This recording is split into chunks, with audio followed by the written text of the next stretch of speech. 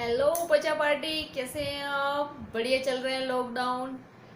My self Nidhi Sharma and I am physics mentor at Safal Shiksha. जैसे कि आप सब जानते हैं कि हम नई से नई अपडेट जो है आपको देते हैं और आप तक पहुंचाते हैं।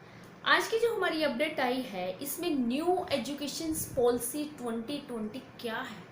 मैक्सिमम बच्चों को नहीं पता कि ये क्या है, क्या पैटर्न आया है। सारे फेसबुक व्हाट्सएप पे पूरा कॉपी पेस्ट कर कर के डाली जा रहे हैं, बट आपको क्लियर वैसे ये नहीं पता कि एजुकेशन सिस्टम में क्या चेंजेस आया है। वट इज 5+3+3+4, क्या मीनिंग क्या है इसका 5+3+3+4 का? नो आइडिया, कोई किसी को कुछ नहीं पता। बट आज की जो हमारी वीडियो है इसका मेन मोटिव यही है, आपको ज़्यादा से ज़्यादा जो है प्रॉपर वे में आपको बताया जाए, और निधि मैम है आपके साथ, आपको प्रॉपर वे में बताया जाएगा कि इसका मीनिंग क्या है और किस हिसाब से हमारा एजुकेशन सिस्टम के अंदर चेंजेस आए हैं और कैसे कैसे चेंजेस आए हैं, क्या कर सकते हैं। तो जो आज की हमारी वीडियो है, इस वीडियो में हम लेके चलते हैं अपने बच्चा पार्टी के लिए। जो हमारे बच्चा पार्टी है, जो हमारे स्कूल्स के बच्चे हैं, यानी कि मतलब नर्सरी से लेकर 12th तक में क्या चेंजेस आए हैं, आपको इस वीडियो में वो बताएंगे। नेक्स्ट एक वीडियो अपलोड करेंगे जिसके अंदर फुल टू कंप्लीट आपको बताया जाएगा, जिसके अंदर कि आफ्टर 12th जब हम ग्रेजुएशंस में जाते हैं उसमें क्या चेंजेस आए हैं। आगे हम यूजीसी का पेपर देते थे, वो हम देना पड़ेगा कि नहीं देना पड़ेगा। एमफिल करते थे, एमफिल के बाद पीएचडी होती थी, क्या करना पड़ेगा क्या नहीं करना पड़ेगा, वो भी आपको बताया जाएगा, बट वो नेक्स्ट वीडियो में। क्योंकि आज की जो वीडियो है ये हम सब बच्चा पार्टी के लिए, ये सिर्फ आपके लिए। हमारी डीलिंग सारा दिन बच्चों के साथ होती है और बच्चे हमारे साथ होते हैं, तो सबसे पहले वीडियो आपके लिए होगी। ओके बेटा, तो न्यू एजुकेशन पॉलिसी 2020, अब इसके अंदर जो हमारे अंदर चेंजेस आए हैं उस पर देखिए। तो सबसे पहला चेंजेस क्या था, सबसे पहले अब तक क्या होता था कि बच्चा 12th में पास होता था। 12th में पास होने के बाद उसका हम देखते थे उसका आईक्यू लेवल बहुत कम है, बच्चे का आईक्यू लेवल बहुत कम है, या आगे उसने गवर्नमेंट जॉब की तैयारी करनी है, तो तैयारी करने के लिए वो अलग से कोचिंग लेता था आईक्यू लेवल बढ़ाने के लिए। क्यों लेता था कोचिंग? 12 साल 15 साल उसने स्कूल्स में क्या किया? क्या उसको स्कूल्स वालों ने कुछ नहीं करवाया? क्या उसका आईक्यू लेवल वहाँ नहीं मेंटेन हुआ? आईक्यू लेवल तो बच्चे जो मेंटेन होता है ना वो स्कूलिंग में ही होता है, वही हमारा टाइम पीरियड होता है जिसमें हमारा आईक्यू लेवल मेंटेन किया जाता है। तो न्यू एजुकेशन पॉलिसी के हिसाब से अब उन्होंने कुछ इस हिसाब से पैटर्न इस हिसाब से कर दिया कि किस टाइम पे हमें बच्चे को क्या क्या सिखाना चाहिए। इस तरह से सीबीएसई करिकुलम लेकर आई है, को एक्टिविटी करिकुलम लेकर आई है, जिस हिसाब से बच्चे का आईक्यू लेवल भी मेंटेन होगा, उसका इंटरेस्ट जिस चीज़ में है वो उसी सब्जेक्ट्स में निकलेगा। जरूरी नहीं है कि आपने नॉन मेडिकल लेना है, कि सब घर वालों का प्रेशर है भाई तो साइंस ही ले, साइंस ही ले, तो साइंस के देखो फिजिक्स केमिस्ट्री मैथ सारे, ये फिजिक्स केमिस्ट्री बायो सारे ही सब्जेक्ट पढ़ने पड़ेंगे। जो आपका सब्जेक्ट है आप घर वालों की भी सुन सकते हो, आप अपनी भी सुन सकते हो। ये नहीं कि सिर्फ बच्चे की चलेगी या घर वालों की नहीं चल रही है, या पेरेंट्स की नहीं चल रही है, या पेरेंट्स की चल रही है बच्चे की नहीं चल रही है। तो इसमें हमारे पास क्या है, इसको प्रॉपर वे से ब्रीफली स्टेप बाय स्टेप मैंने आपको बताना है, एक एक स्टेप आपको क्लियर करना है। कोशिश करना है कि मैं इस वीडियो में स्कूल्स तक के स्टेप को पूरा क्लियर कर दूँ ताकि आपको कोई दिक्कत ना हो। ठीक है ना बच्चे, बस आपने क्या करना है, अगर आपसे कोई पूछता है आपने क्या करना है। इतने सारे स्टेप आपको खुद याद नहीं होंगे और ना ही आप बता पाओगे। आपने बस कुछ नहीं करना है, इस वीडियो को सब्सक्राइब करना है और उस तक शेयर कर देना है, वो शेयर कर देगा। आप जब शेयर करोगे तो सारे के सारे वो टॉपिक्स जो होंगे, जो स्टेप्स होंगे, जो पॉइंट्स मैंने आपको बताने, वो बंदा खुद ही देख लेगा। आपको इतना एक्सप्लेन करने की जरूरत नहीं, बस अपने माइंड में रखना कि क्या चीज़ है। तो फर्स्ट हमारा जो स्ट्रक्चर आया है न्यू एजुकेशन पॉलिसी का, वो आया 5+3+3+4। अब ये एजुकेशन सिस्टम क्या है? तो सबसे पहला जो पहले के जो 5 साल है, ये 5 ईयर्स में दे रखा है। 5 साल, फिर 3 साल, फिर 3 साल, फिर 4 साल। पहले के जो 5 साल है जिसके अंदर आते हैं हमारे पास nursery, LKG, UKG, first and second. Nursery, LKG, UKG, first and second, ये जो एजुकेशन के 5 साल होंगे बच्चों के, तो इसमें हमने क्या करना है सेकेंड तक के, इसमें सबसे ज़्यादा जो फोकस किया जाएगा वो लैंग्वेज के ऊपर फोकस किया जाएगा। बच्चे का जो बेस बनाया जाएगा वो लैंग्वेज पे बनाया जाएगा। और कोई ज़रूरी नहीं कि बच्चा इंग्लिश मीडियम में पढ़ रहा है तो वो उसको इंग्लिश ही सिखाएंगे। किसी बच्चे का हिंदी में इंटरेस्ट है वो हिंदी लेके सीखेगा, वो हिंदी पे फोकस होगा। जो पंजाबी पढ़ना चाहता है, जैसे पंजाब है, पंजाब साइड्स में पंजाबी कंपल्सरी है, पंजाबी पे फोकस किया जाता है तो उसको पंजाबी सिखाई जाएगी। मराठ है, मराठी बोलते हैं तो उनको मराठी सिखाई जाएगी। बेसिक चीज़, बेसिक लैंग्वेज पे फोकस ये किया जाएगा।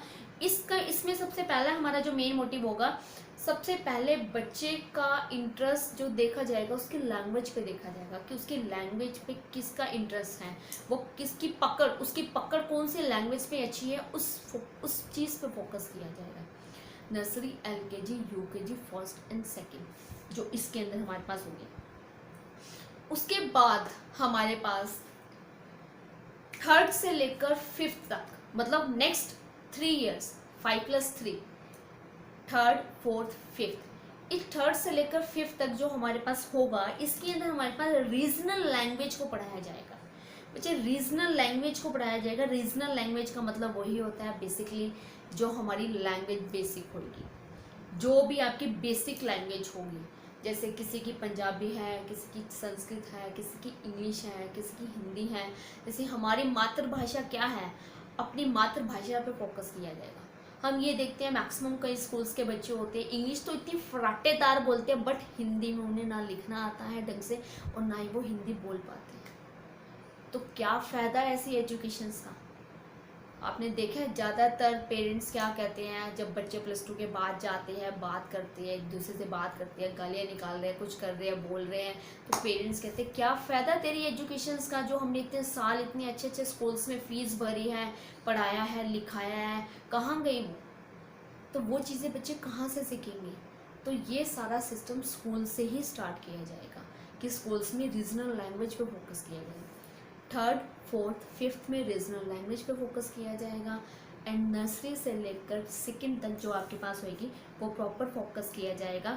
जैसे बच्चों की छोटी छोटी चीज़ें होती है, जैसे काउंटिंग प्रॉपर वे से आनी चाहिए, बच्चों को कलर की पहचान अच्छे से होनी चाहिए, काउंटिंग आनी चाहिए, ऐड करना आना चाहिए, सब्ट्रैक्ट करना आना चाहिए। छोटी छोटी चीज़ें बच्चों की जो हमारे पास होती हैं, उनको फ्रूट्स के नेम क्लियर होने चाहिए, उनको प्रॉपर वे से वेजिटेबल के नेम क्लियर होने चाहिए। क्या नहीं, मतलब बेसिक चीज़ पे जो नर्सरी से लेकर सेकेंड है वो बेसिक चीज़ पे फोकस किया जाएगा। एंड थर्ड से लेकर फिफ्थ तक जो नेक्स्ट 3 इयर्स है उस पर रीजनल लैंग्वेज पे फोकस किया जाएगा। जो हमारी रीजनल लैंग्वेज है, जैसे पंजाबी है, पंजाब में पंजाबी चल रही है, अब इंडिया की मातृभाषा हमारी हिंदी है, इंग्लिश है, इन चीज़ों पे फोकस किया जाएगा ताकि बच्चे का बेस बने। कहते हैं ना बेस मजबूत होता है, जहाँ बेस मजबूत होगा ना वहीं पे ही नींव रखी जाती है। नींवें मजबूत होगी ना तो बिल्डिंग अपने आप खड़ी होगी। तो उस चीज़ पे फोकस किया जाएगा। पहले से ही आपकी नींव को मजबूत किया जाएगा। नींव मजबूत होगी तभी आपकी तो बिल्डिंग अच्छी खड़ी होगी। ठीक है ना बच्चे? तो ये पैटर्न आया है। अब बात आते हैं कि अदर सब्जेक्ट्स क्या होंगे। अदर सब्जेक्ट्स होंगे उनके जो भी आपके पास होते हैं, साइंस, मैथ, SST होगी और GK होगी, जो भी अदर सब्जेक्ट है वो सारे सब्जेक्ट्स होंगे, बट उनके सिलेबस को रिड्यूस किया जाएगा और उनके एग्ज़ाम पैटर्न में चेंजेस किए गए हैं। जो एग्ज़ाम पैटर्न में चेंजेस हैं वो भी चेंजेस होंगे और वो भी एग्ज़ाम भी इसी तरह से आएंगे जैसे बच्चे रट्टाफिकेशंस वाला काम नहीं होगा। आपने देखा होगा 80% बच्चा आज के टाइम में रट्टाफिकेशंस वाला है, वो रट रहा है और अगर वही क्वेश्चंस आ गया तो डिट्टो छाप देगा वो क्वेश्चंस। बट अगर वो क्वेश्चंस नहीं आया, थोड़ा सा वो क्वेश्चंस मोल्ड करके दे दो, बट उसको वो क्वेश्चंस आता नहीं। क्यों? क्योंकि हमने रट्टा है, रट्टाफिकेशंस है। तो रट्टाफिकेशंस पैटर्न को तो बिल्कुल ही ख़त्म कर दिया जाएगा। तो कहने का मतलब बच्चा सीख के लर्निंग, अगर बच्चा सीखेगा, जो बच्चा सीखेगा वो ही आगे निकलेगा। जो बच्चा रट्टाफिकेशंस वाला होगा वो कभी भी आगे नहीं निकलेगा, वो हमेशा पीछे रह जाएगा। तो ये एजुकेशन सिस्टम है जिससे बच्चों को प्रॉपर वे से एक स्किल डेवलपमेंट की जाएगी बच्चे के अंदर। जो बच्चे के स्किल्स होंगी, किसी को पेंटिंग का शौक है तो पेंटिंग के स्किल्स की डेवलपमेंट होएगी, किसी को म्यूज़िक का शौक है तो वो म्यूज़िक में जाएगा, जिसको कुकिंग का शौक है तो वो कुकिंग के अंदर जाएगा। तो ये है हमारा एजुकेशन सिस्टम। कहते हैं ना, उस बच्चे को उसी जगह पे डालो जहाँ पे बच्चे का इंटरेस्ट हो। अगर बच्चा स्पोर्ट्स में अच्छा है तो उसको स्पोर्ट्स में निकालो, क्यों उसको नॉन मेडिकल कॉमर्स दे के उसको बोझ तले दबा रहे हैं? तो ये सिस्टम बिल्कुल ख़त्म कर दिया जाएगा। और ये जो हमारा जो आज आपको मैंने वीडियो में बताया है, ये जो हमारा न्यू एजुकेशन पॉलिसी सिस्टम है, ये 2021 2022 तक प्रॉपर वे से लागू हो जाएगा। तो एजुकेशन आया है, लेकिन लागू होने में देखो बहुत सारे चैलेंज आते हैं, और वो चैलेंज बहुत देखने पड़ते हैं कि कितना एजुकेशन सिस्टम चलता है कि नहीं चलता।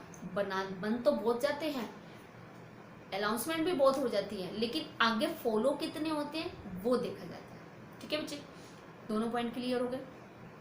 उसके बाद आती है 6 to 9th, 5+3 का मैंने आपको बता दिया, +3 का मतलब है 6th, जो हमारे पास आ रही है 6 to 8, 6th 7th 8th। अब 6th क्लास का बच्चा, 8th क्लास का बच्चा, 7th क्लास का बच्चा, अब इसके लिए क्या है, इसमें ये जो फेस है, इसमें सबसे ज़्यादा जो अहमियत दी जाएगी, सबसे ज़्यादा जो इम्पोर्टेंस दी जाएगी, वो स्किल डेवलपमेंट पे इम्पोर्टेंस दी जाएगी। जो हमारी स्किल डेवलपमेंट है, जैसे मैंने अभी आपको बताया, बच्चे के इंटरेस्ट के हिसाब से उसको आइडेंटिफाई किया जाएगा। अगर किसी बच्चे का, अगर कोई बच्चा स्पोर्ट्स में अच्छा है तो उसको स्पोर्ट्स में निकाला है, उसका मेन सब्जेक्ट स्पोर्ट्स हो जाएगा। अगर किसी बच्चे को कुकिंग बहुत अच्छी आती है तो वो भाई तो कुकिंग में निकल जा, ठीक है ना।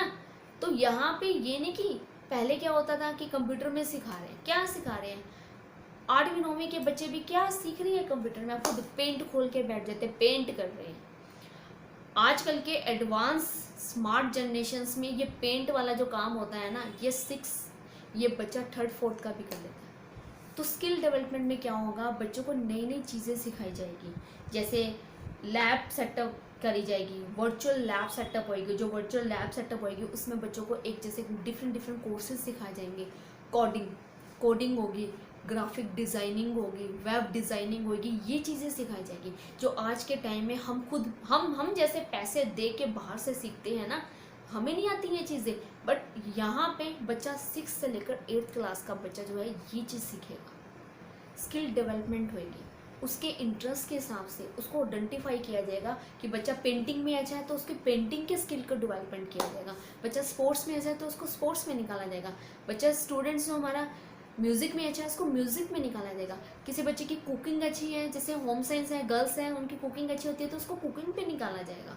तो ये स्किल डेवलपमेंट होएगी, क्योंकि हमारी जो मोदी सरकार है वो कहते हैं कि आत्मनिर्भर बनो, और आत्मनिर्भर ही बनाया जाएगा इस न्यू एजुकेशन पॉलिसी 2020 के अकॉर्डिंग। ओके बेटा।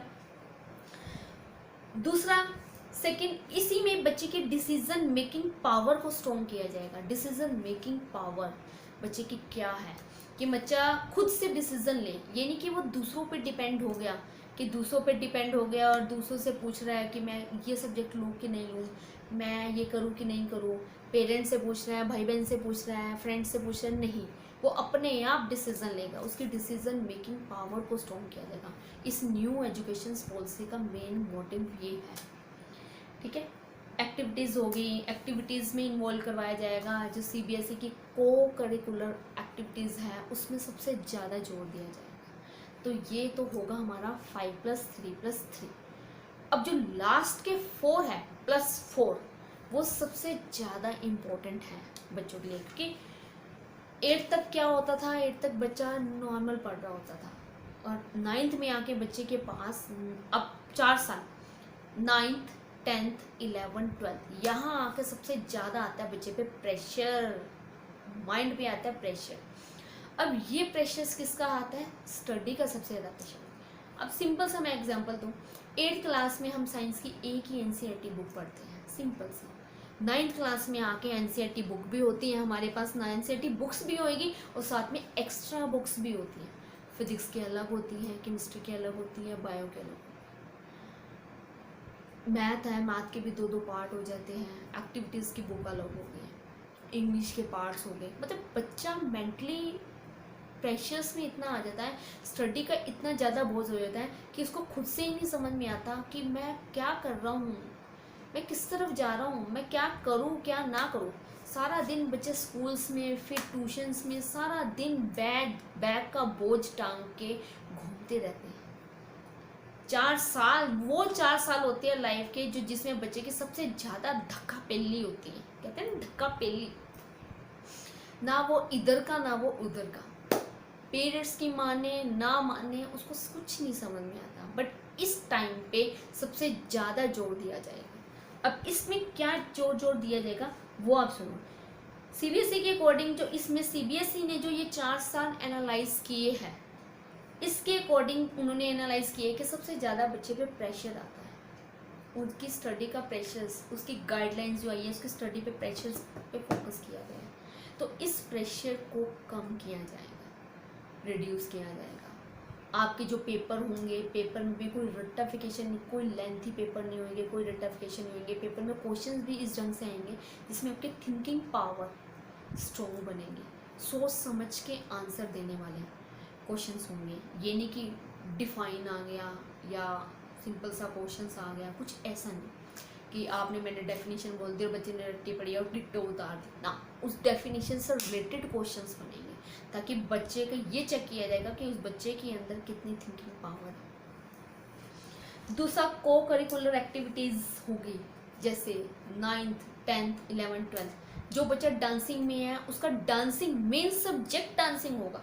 अब खुद सोचो, एक बच्चा है वो डांस बहुत अच्छा करता है, एक बच्चा है वो सिंगिंग बहुत अच्छा करता है, लेकिन पेरेंट्स का प्रेशर है, पेरेंट्स साइंस और मैथ की ट्यूशन्स भेजते हैं। पेरेंट्स कहते हैं ये पढ़ता नहीं है, साइंस वाली मैम अलग से कंप्लेंट कर रही होती है, मैथ वाली मैम से अलग से कंप्लेंट कर रही होती है। रिपोर्ट कार्ड में बच्चे के बिल्कुल मार्क्स कम होते हैं। पेरेंट्स मीटिंग में पेरेंट्स भी, उनकी नज़रें भी झुकी होती है और बच्चे की नज़रें भी झुकी होती है। ये तो बहुत बड़ी दिक्कत होगी। अब बच्चा अगर डांसिंग में है तो उसको डांसिंग में निकालो, बट हम उसको डांसिंग में क्यों नहीं निकालते? हम नहीं निकालते उसको डांसिंग में। वहाँ पे पेरेंट्स कहते हैं इसको सिर्फ डांस के अलावा कुछ नहीं आता, ये तो सारा दिन नाचने की तरफ ही सोचता रहता है, ना तो पढ़ता है, ट्यूशन्स भी रखी है, 2 ट्यूशनें रखी है, ये सब की है, फिर भी नहीं कर रहा। बट अब ऐसा नहीं होगा, जो उसका इंटरेस्ट होगा वो ही उसका मेन सब्जेक्ट होगा।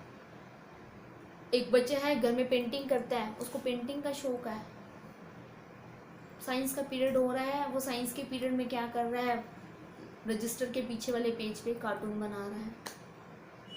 होता है ऐसा। जिसको डांस का शौक है वो डांसिंग की तरफ जाता है। मैथ का पीरियड चल रहा है और बच्चे के माइंड में सॉन्ग चल रहे हैं, अब क्या करें, समझ में नहीं आता मैथ। तो इसमें क्या किया जाएगा, इसमें सबसे ज़्यादा हमारे पास क्या किया जाएगा, जो मेन बच्चा जिसकी जो एक्टिविटीज़ है उस पर निकाला जाएगा। जैसे डांसिंग होगी, पेंटिंग होगी, कुकिंग होगी, होम साइंस होगी, जो सब ये जो इनका इंटरेस्ट होगा ना वो ही इनका मेन सब्जेक्ट बना देगा। अब 9th 10th के लिए कोई मेन सब्जेक्ट साइंस मैथ नहीं होगा कि भाई साइंस तेरा मैथ इंपॉर्टेंट है, मैथ तेरा इंपॉर्टेंट है, ये मेन सब्जेक्ट है, इसी की ट्यूशन्स रख, इसी में मार्क्स आने चाहिए क्योंकि आगे हमने साइंस लेनी है, आगे हमने नॉन मेडिकल लेना है। नहीं, अब ऐसा नहीं किया जाएगा। जो बच्चे का मेन सब्जेक्ट होगा उसी पे ही, जो बच्चे का जिसमें इंटरेस्ट होगा, चाहे वो डांसिंग में हो, पेंटिंग में हो, कुकिंग में हो या स्पोर्ट्स में हो, जिसमें उसका इंटरेस्ट होगा उसी में ही उसको निकाला जाएगा और वो ही उसका मेन सब्जेक्ट होगा। और उसके नंबर उसके रिपोर्ट कार्ड में मेंशंस होंगे और वही रिपोर्ट कार्ड में मेंशंस होंगे, उसी के बेस पे आगे उसकी ट्रेनिंग होगी, आगे वो जॉब लेगा और उसी के बेस पे वो आगे निकलेगा।